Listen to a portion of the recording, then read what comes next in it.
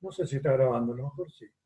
La idea de poder dentro de las organizaciones tiene que ver con esto que en las organizaciones se llama autoridad.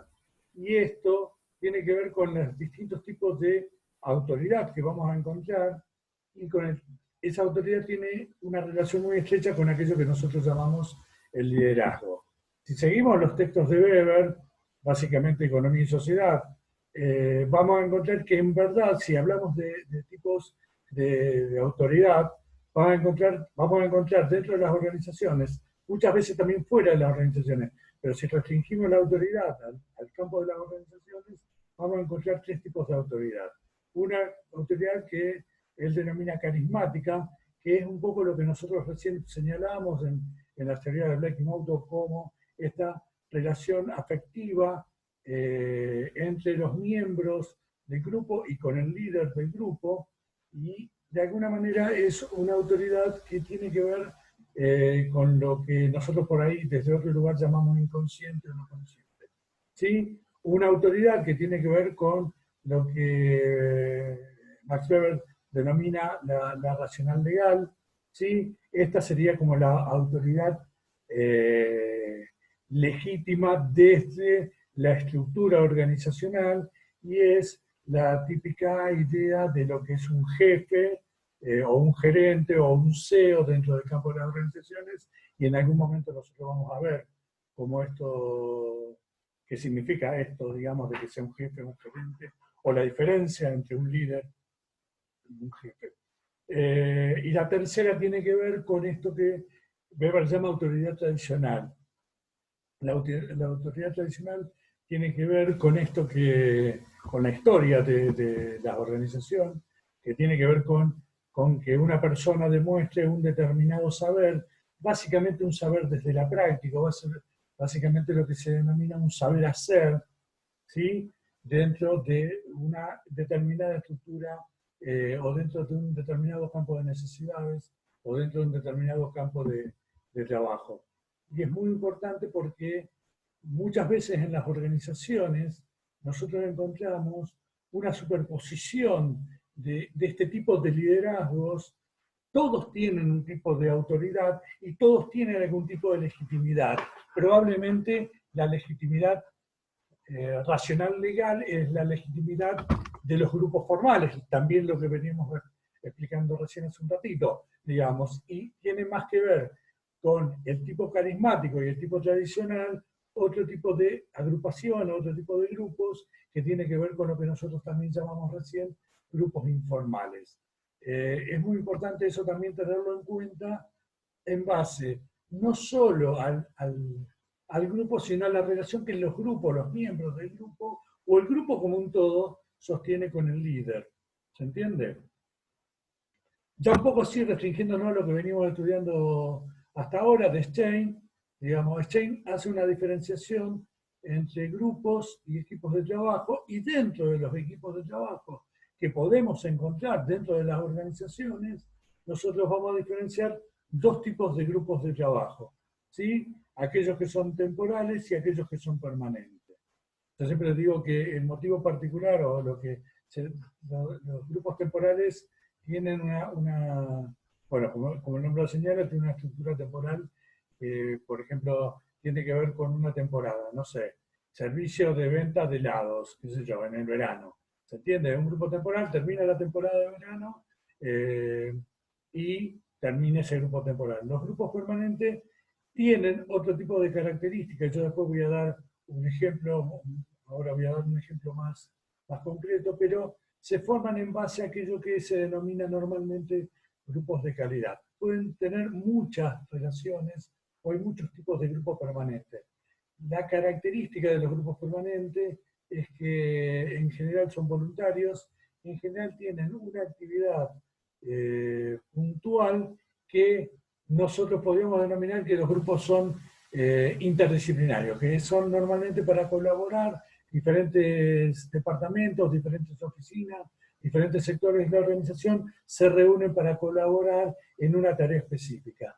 También son grupos que los grupos permanentes no se reúnen todo el tiempo, en cuanto que los grupos temporales normalmente en la premura la premura de una temporada o la premura de hacer un trabajo, tienen, por así decir, reuniones más cotidianas, por no decir a veces reuniones diarias, ¿sí?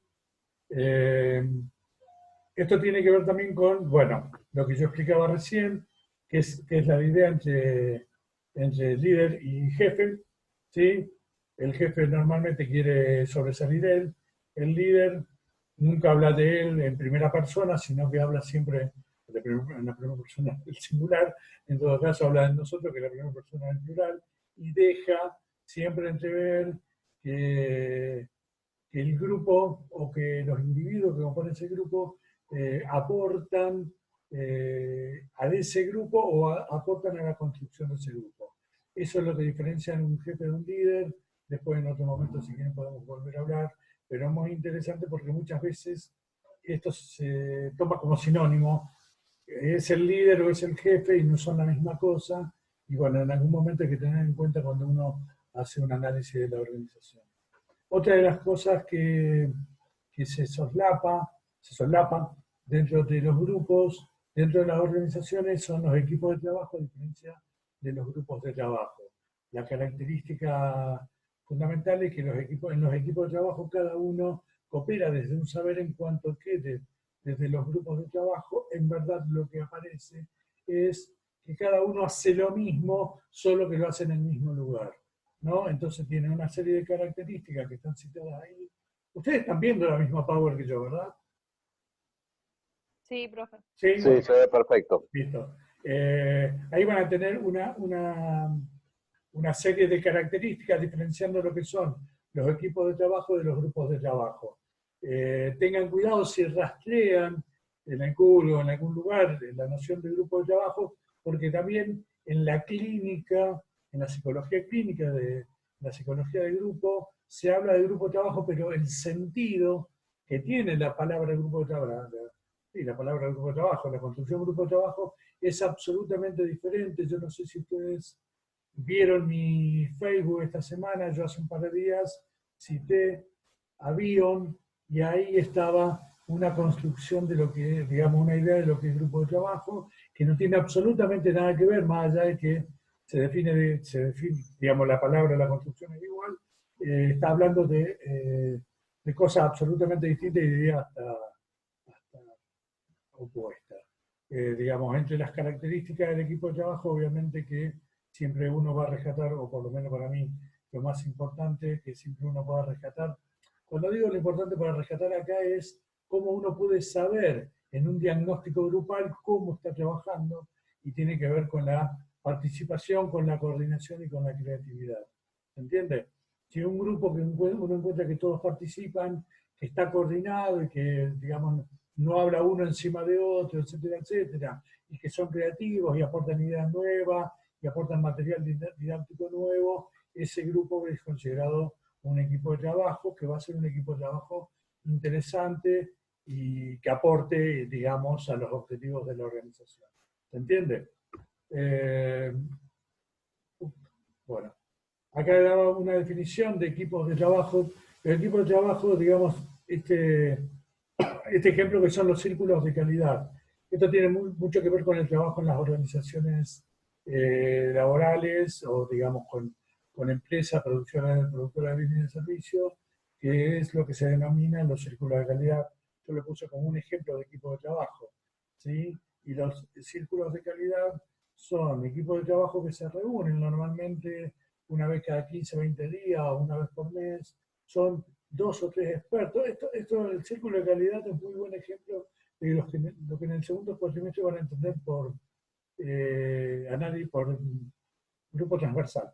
Digamos, donde se reúnen de diferentes departamentos y oficinas, una o dos personas, y de alguna manera aportan su saber y su formación técnica para que el producto final sea mejor y sea superado constantemente. ¿Se entiende? Y creo que esta es una definición de equipo de trabajo. Normalmente los círculos de calidad son un equipo de trabajo permanente, o sea, operan o se juntan una vez por mes o frente a una necesidad y de alguna manera tienen un objetivo concreto que es mejorar la calidad de un determinado producto, saber si hay fallas, etcétera, etcétera. ¿Sí? Dos autores más, dos nuevas clasificaciones. La primera tiene que ver con una que produce Charles Collins allá a fines de la Segunda Guerra Mundial, que tiene que ver con lo que son los grupos primarios y secundarios. Y la segunda tiene que ver con, en realidad no es de Newcomb, pero Theodore Newcomb tiene un manual de 2 tomos de psicología social, ¿sí? Donde básicamente, bueno, entre las clasificaciones que él trabaja o que él eh, intenta barajar está la de grupo de pertenencia y grupo de referencia. A ustedes creo que lo del grupo de pertenencia le va a sonar desde la teoría pichoniana.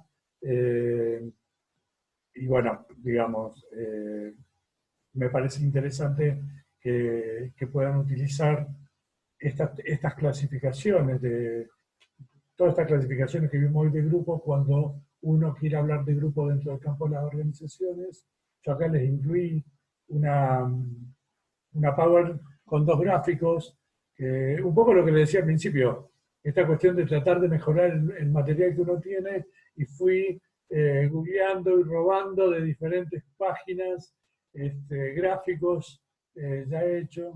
Bueno, y uno tiene que ver con esto de lo que son los grupos primarios. Básicamente el grupo primario es el grupo familiar o es el primer grupo que se caracteriza por lo afectivo.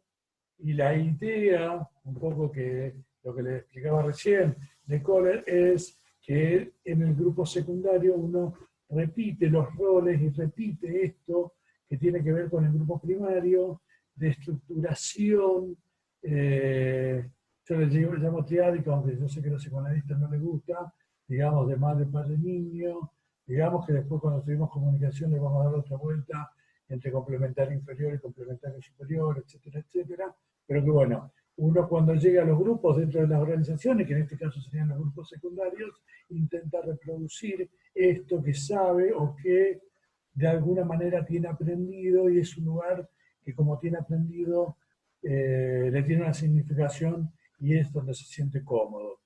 Y el segundo, digamos, la segunda clasificación, que en realidad yo tomé de Newcomb, ¿sí? Que tiene que ver con grupo de pertenencia y grupo de referencia, tiene que ver también con el campo de las organizaciones, y que grupo de pertenencia, o nosotros lo tomamos desde el lugar de la organización, el grupo de pertenencia es no necesariamente un grupo al cual yo quiero formar parte voluntariamente, por ejemplo, el taller, el aula con la que estoy en la que estoy trabajando, o la gente con la que me metieron para hacer determinado proyecto o determinado trabajo, y que pertenezco a ese grupo, pero que en verdad mi referencia de grupo es un otro grupo que puede ser hasta incluso un grupo ideal, y esta construcción es interesante, por lo menos para mí. Yo siempre rescato esto del grupo de pertenencia y grupo de referencia, porque yo creo que el pensarlo de esa manera, si bien la primera parte, digamos, de este tipo de grupo primario y grupo secundario es como pensar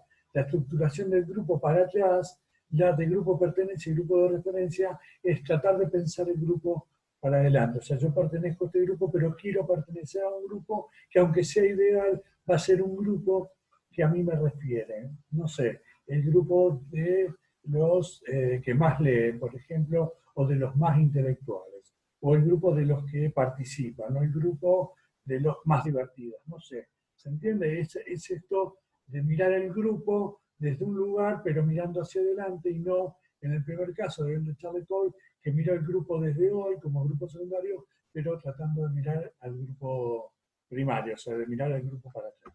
¿Sí? Un poco la diferencia entre un psicoanálisis freudiano lacaniano y un psicoanálisis más trascendental, que es un poco la idea o que más me representaría. ¿Se entiende? Y para cerrar esta parte, bueno, yo le puse el extracto ahí de una foto de lo que dice Petit, digamos, donde empieza la parte del grupo, y sinteticé esto de lo que son los grupos dentro de las organizaciones. Básicamente los grupos son creadores de normas, precisamente por ser creadores de normas, hacen de presión a la conformidad. ahí no lo dice, pero bueno, más que como coactivos muchas veces son coercitivos estos grupos para los miembros, ¿sí? Más que coactivos son coercitivos, o sea, presionan mucho y presionan hasta, voy a decirlo de mi manera, lastimar o vulnerar a los individuos de ese grupo, aunque también puede ser entendido desde un lugar de la solidaridad.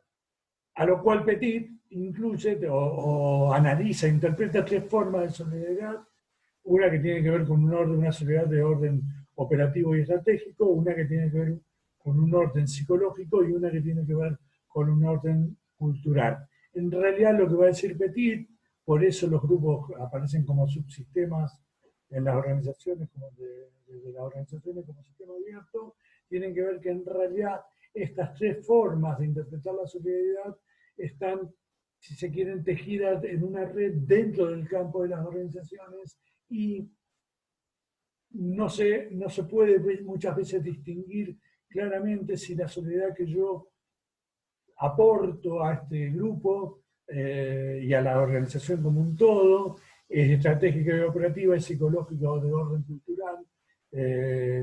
Muchas veces en un grupo la gente se ofrece para trabajar y quiere ser solidario porque viene de una cultura grupal, llámeselo como quiera, folclórica, tradicional, de cooperación, por ejemplo, o de solidaridad, pero termina chocando con el orden competitivo que tiene la organización, entonces se bloquea esa solidaridad y ahí es donde empieza a pensar que las normas empiezan a ser más unas normas hacia la conformidad de carácter coactivo, coercitivo. ¿Se entiende? Pero quiero rescatar esto último de cómo los grupos pueden ser subsistemas de la organización y actuar en consonancia con la forma en que la organización está de alguna manera actuando. ¿Se entiende?